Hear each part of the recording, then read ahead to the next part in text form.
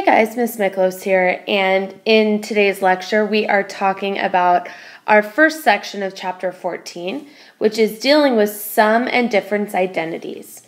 And the reason why we need to know these identities is because we're going to be dealing with problems this chapter that ask us to find the exact value. And previously we've talked about how an exact value means I'm not rounding it, which basically means I'm not putting it into my calculator. So up until now, the only exact value problems we've been able to do have been all of our special angles. And what I mean by that is all of the trig functions that have an angle that have a reference angle of either 30, 45, or 60 degrees. And if we look at number 1 here, it's asking us to find the cosine of 75 degrees. Now I know that if I drew 75 degrees out, it'd be in quadrant 1, and our reference angle would be 75 degrees. So that gives me a little bit of a problem, and as of this moment, we do not know how to effectively solve this problem.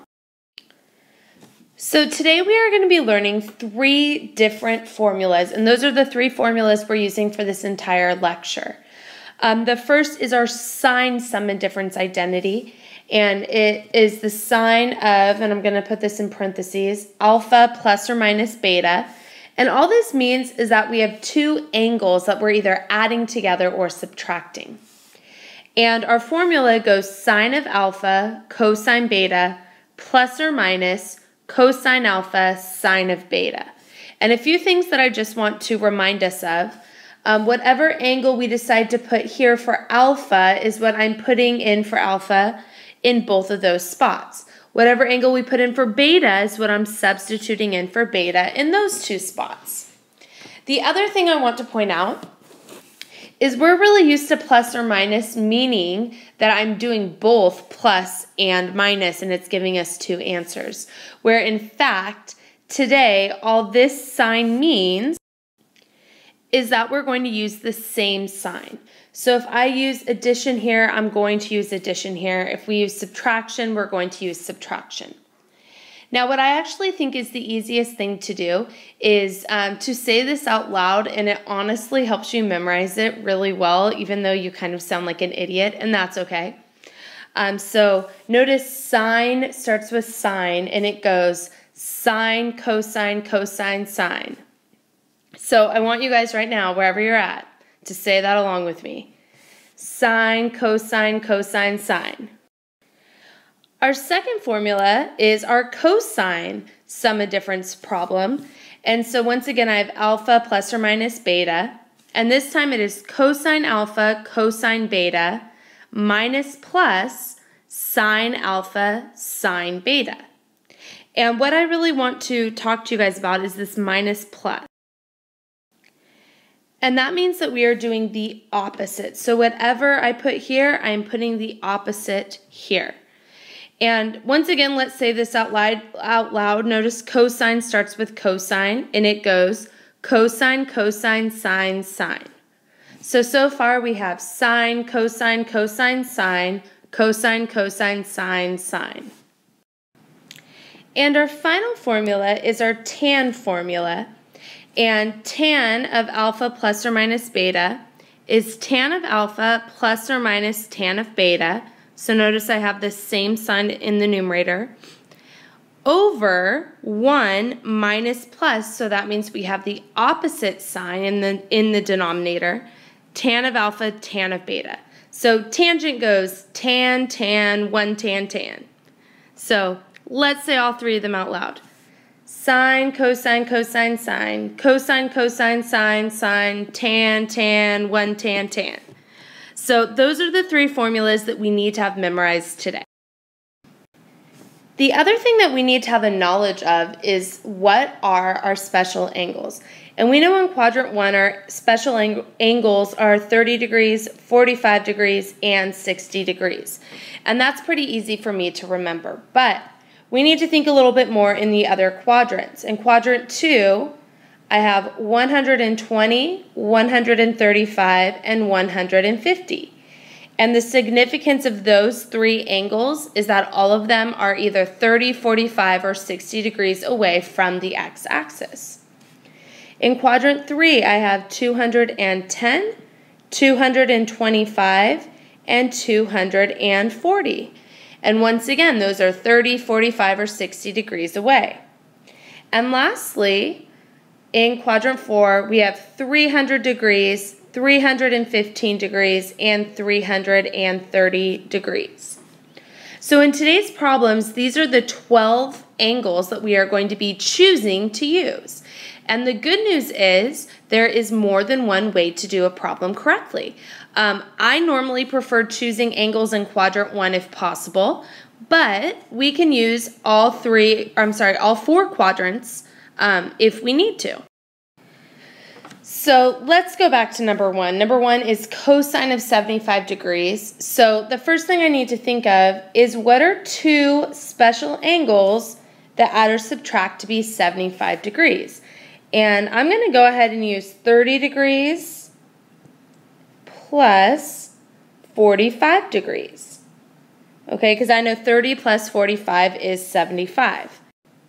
So now if I'm using our formula, I know it goes cosine, cosine, sine, sine, and my angles are cosine of 30 degrees, cosine of 45 degrees, sine of 30 degrees, sine of 45 degrees. Since I have a plus sign here, I know cosine we do the opposite, so I'm going to put a minus sign. And for all of you that thought I was awful for making us do those timed quizzes, now we can see why it's really important that I know these values very quickly. I have 4 of them in this one problem. So I know that cosine of 30 degrees is radical 3 over 2. Cosine of 45 degrees is radical 2 over 2. Sine of 30 degrees is 1/2. And sine of 45 degrees is radical 2 over 2. And if you need to draw out the triangles to get those, that's fine, but we should definitely have a good understanding of where those values are coming from. So when I multiply two fractions together, I know I multiply the numerators and the denominators, and I get radical 6 over 4 minus radical 2 over 4. At this point, I have a common denominator of 4, so I'm going to write radical 6 minus radical 2 over 4. These are not like terms because I know in order to add radicals together, I need to have the same radicand, so that means that this is going to be my final answer. And what you guys will see in our answers is when we're dealing with sine and cosine, we will get variations of radical 6 and radical 2 in the numerator divided by 4. And the reason why we're going to see this is because we are going to be multiplying similar values to actually find our answer. So if your answer for sine and cosine does not look like this, it probably means you're doing something incorrect. Okay, number 2, let's do sine of 105 degrees. First of all, I'm going to think of 105 as being 45 plus 60. And keep in mind, as I already said, we could do a different set of exact values that add up to be 105 or subtract to be 105. I just think it's easier to work in quadrant 1 if possible, because then I don't have to worry about if my trig functions are positive or negative. So I know that our sine formula goes sine, cosine, cosine, sine. And our angles are 45 degrees, 60 degrees, 45 degrees, 60 degrees.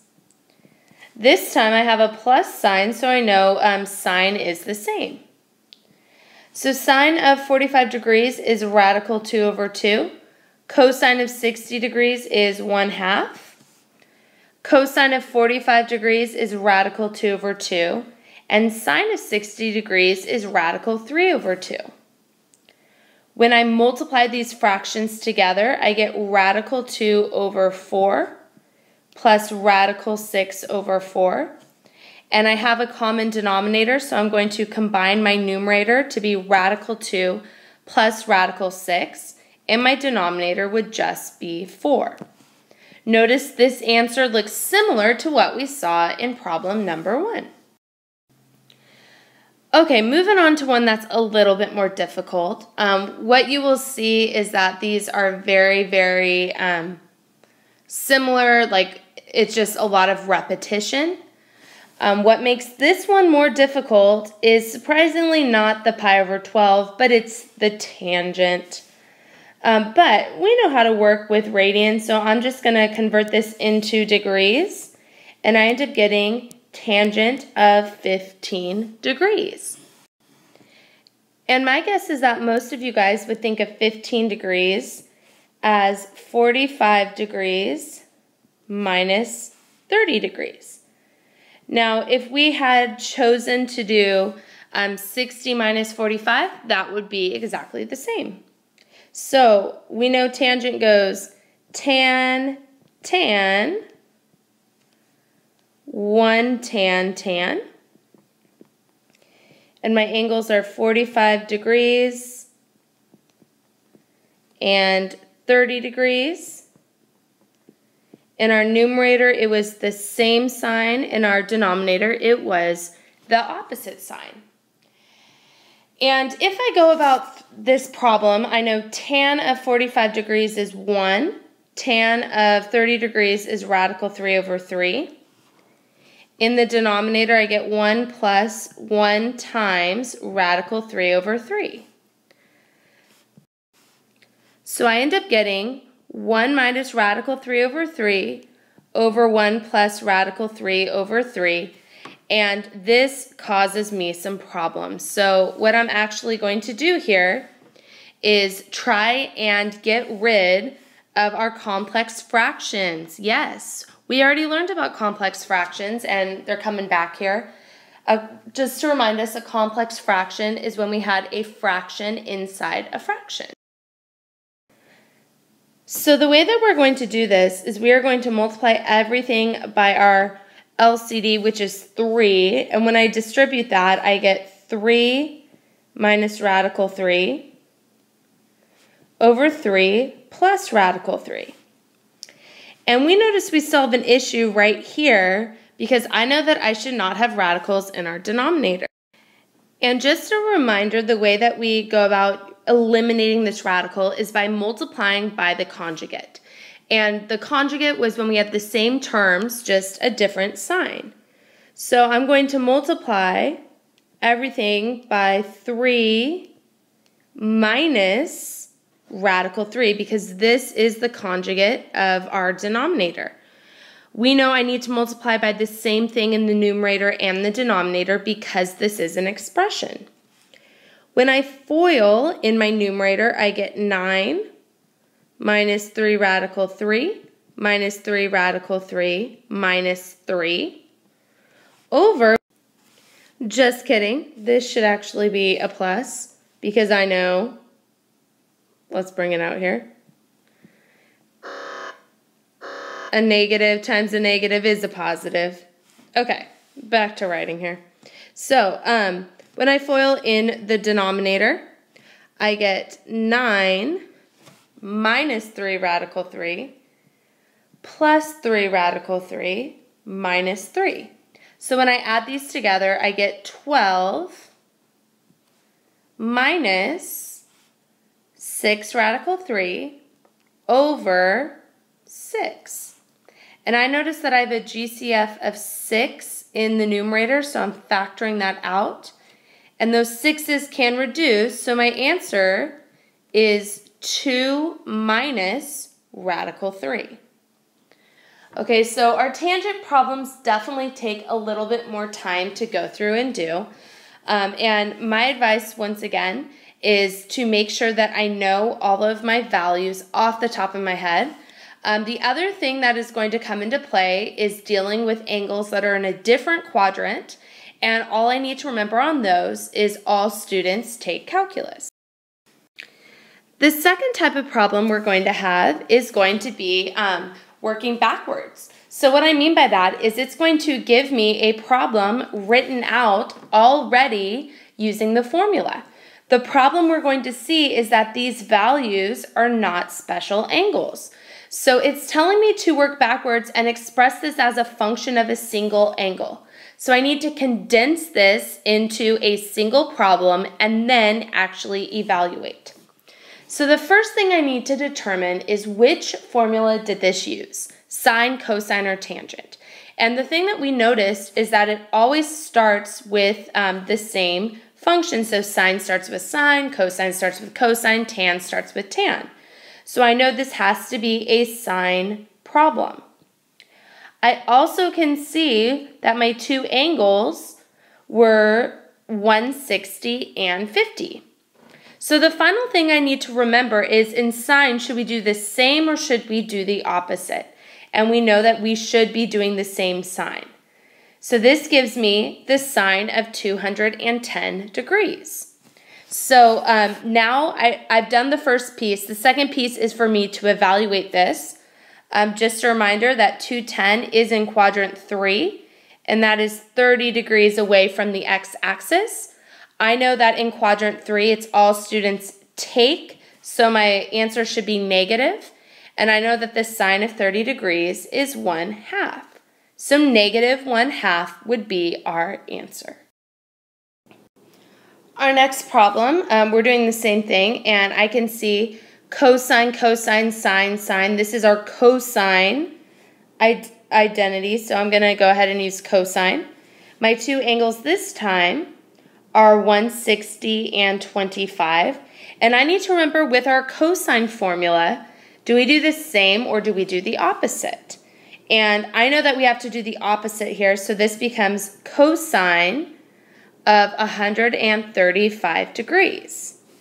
So now if I'm thinking about this, 135 is in quadrant 2, and that is 45 degrees away from the x-axis. I know in quadrant 2 it is all students, so sine is positive, which means cosine is negative, and the cosine of 45 degrees is radical 2 over 2. So negative radical 2 over 2 would be our answer. So I actually think these problems are quicker and easier to work with than the previous problems because instead of determining 4 different special angles, I really only need to find one. And our final problem for today, tan 320 minus tan of 20 divided by 1 plus tan 320 tan of 20. I can see that this is our tan formula, and our two angles are going to be 320 and 20. Now in our tan formula, I know that the numerator was the same sign and the denominator was the opposite sign, so this has to be a minus. So I need to figure out what is the tan of 300 degrees. And if I go ahead now and draw this out, I know 300 degrees is in quadrant 4, and it is 60 degrees away from the x-axis. In quadrant 4, all students take calculus, so cosine is positive, which means that our answer has to be negative, and the tangent of 60 degrees is radical 3. So negative radical 3 would be our answer. So in order for you guys to be successful today, we need to know our special angles, and we also need to know our new formulas. So let's just review. Sine goes sine, cosine, same sign, cosine, sine. So sine, cosine, cosine, sine. Cosine is cosine, cosine, opposite sign, sine, sine. So that was cosine, cosine, sine, sine. And tangent, my favorite one to say, but my least favorite one to do, goes tan, same sign, tan, over 1 minus plus tan, tan. So tan, tan, 1 tan, tan. So let's say these all together one final time. Sine goes sine, cosine, cosine, sine. Cosine goes cosine, cosine, sine, sine. And last but not least, tan goes tan, tan, 1 tan, tan. So make sure you guys have these 3 formulas memorized, and you guys should be good to go.